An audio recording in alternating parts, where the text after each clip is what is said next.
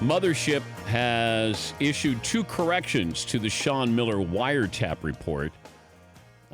Basically may have gotten it wrong, the time frame, and maybe it wasn't Sean Miller who was talking on the wiretap.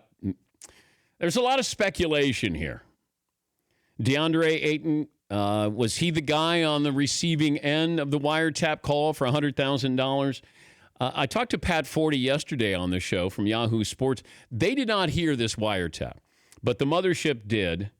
Mark Schlabach, he reported the FBI wiretap revealed Miller discussing a payment there.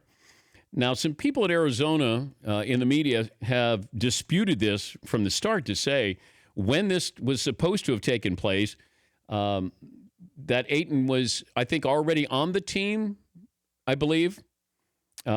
But ESPN has issued a couple of apologies here. What exactly are they apologizing for? It's all timeline stuff. What they said when this thing happened, it was incorrect. So a lot of the Arizona media is kind of going to bat for Sean Miller and saying this couldn't have been DeAndre Ayton because the time he committed, it was afterwards. And there's now speculation in the Arizona media that it may not have been Coach Sean Miller. It could have been another coach. Again, this is still ongoing. Okay.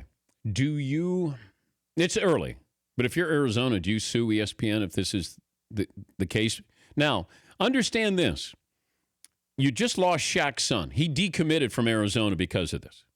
Now that's a big recruiting loss because you lose the son, but you're also losing Shaq being around the program. Now, he's going to go to the UCLA games now. If he's going to sign with UCLA and Shaq's in the building and just bringing about, some goodwill publicity there.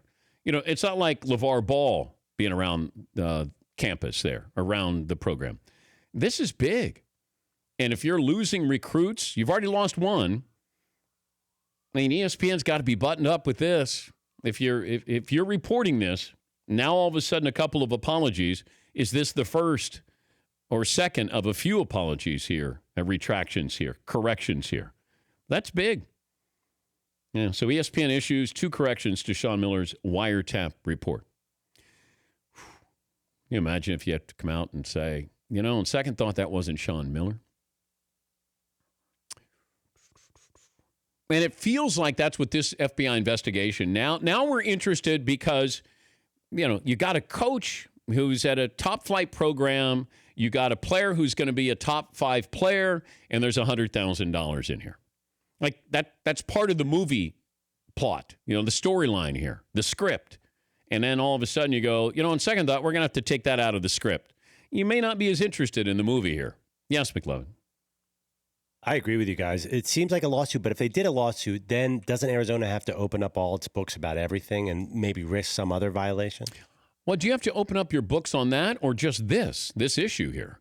But why do I have to open up my books if I just am going to sue you because you falsely accused me of something? Do we then, ESPN then go, well, maybe we're going to find dirt on you? Like, a judge will allow that? Well, I'm thinking of Deflategate and how, the scope of what Tom Brady's text went way beyond Deflategate. It seems when you get into that arena, anything can be exposed. Well, he didn't want to give up his phone, and rightfully so. That didn't make him guilty. That he didn't want to give up his phone, in my opinion. No, but I thought embarrassing things came out that really that weren't relevant to Deflategate. Yes, but Brady was concerned that if you give the phone to the commissioner, how do we know that information's not getting out? Is there pictures of his wife? Is there something salacious there? Is there, somebody else he corresponds with? Does he say something about a teammate, an owner? I mean, all of that stuff eventually gets out. And that's why I wouldn't give up my phone. And my point was, if I'm Brady, I would say to the commissioner, you give me your phone, I'll give you my phone. That's how I would have approached it. Yes, Paulie? One update, according to the Arizona Star, Sean Miller has not been back to the program since missing the game the other day. He did not coach Monday or Tuesday's practice at Arizona. And he didn't do his radio show either. Kind of on lockdown. Yeah. And I understand that. But how long does this go? Because if you have the star player who is alleged to have taken $100,000 still playing, but Sean Miller didn't coach against Oregon, that's what I didn't understand. If you've had conversations with school officials, your athletic director or the president, and you say, that's not me, I didn't do it, timeline doesn't work out, then why wasn't he coaching?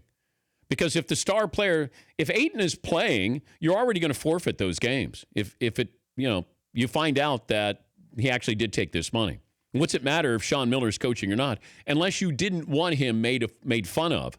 When he's on the sidelines and you have a student body, from the opposing team that's going to make fun of you. I don't know. I don't know what the reason would be. If Sean thinks he's innocent or he is innocent and this timeline doesn't work out, why let your star player play and then you're not? Unless there's something else involving Sean Miller here. That's what I'd be curious about. For more Dan Patrick Show, tune to Audience Channel 239 on DirecTV or download the Dan Patrick Show app.